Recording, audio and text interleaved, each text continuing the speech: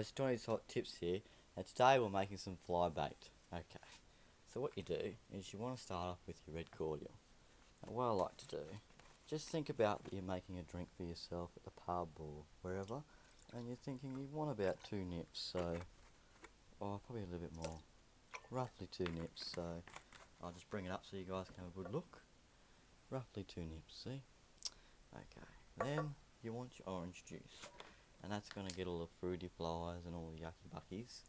As you can see in here, I'll just give you a little quick demonstration just to show you the little bungles there. You can see them all around there and all the flies. So as you can tell, this recipe definitely works.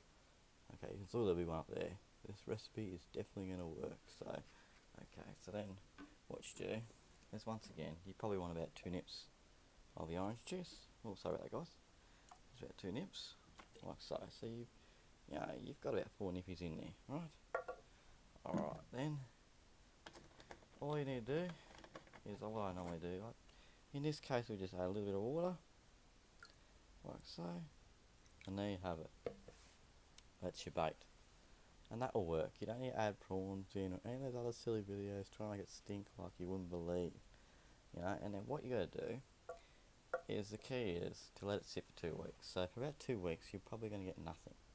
And this is the results after about 2 weeks. Now, as you can see, it's just getting that stage now where they're coming.